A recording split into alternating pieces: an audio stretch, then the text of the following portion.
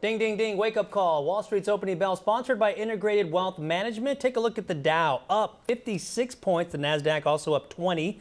The S&P 500 up almost 7. So, yeah, nice trend for this morning. Yeah, so far so good. And of course, you know, there is a lot of craziness and uncertainty in the markets, and a lot of people are feeling a little apprehensive right now. But joining us now to help us sort it all out, we have Jim Casey of Integrated Wealth Management. Good morning, Jim. Good Thanks morning. so much for joining us. Thanks for having me. Now, you know, the country is in a lot of problems when it comes to balancing the budget.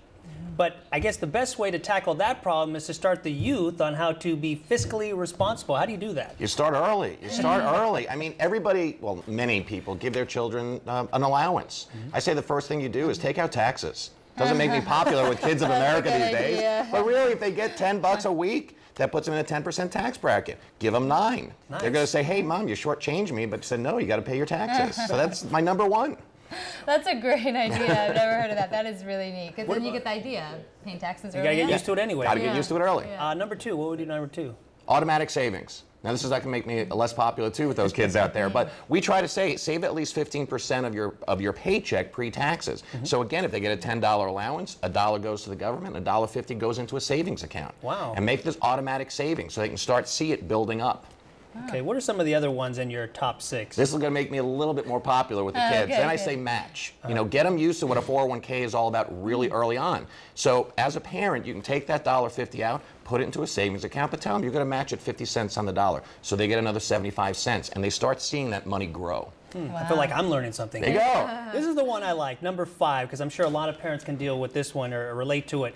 Teach want versus need. Absolutely. This is great because if you go to the store with your child and all of a sudden they want the new sneakers of the century, or they want a toy, tell them, listen, that's want. So maybe that should come out of your money. Right. And need are things like shelter and food, and that's what mom and dad take care of. They're going to start being a little bit more fiscally responsible when they understand what want and need is all about. And of course, number 6 seems to be the most important one here is it's making an everyday thing. Everyday thing. I remember it so vividly, probably why I'm in this business now, thanks to Mom. I used to hold her coupon wallet, she called it. It was this red beat-up coupon wallet, and we used to go through the supermarket, and she just would say, do you have any coupons for bread? And you started to learn what savings was all about and how to do that. I actually had one client who, at their high school graduation for their son, handed him a check for 4 years of college tuition and living expenses, and said, if you have anything left over, it's yours. If you run out, go get a job. Wow. So that really made him pretty fiscally responsible as a high school graduate. But make it an everyday thing. We're around money all the time, and you shouldn't really start after high school graduation. It's too late at that point.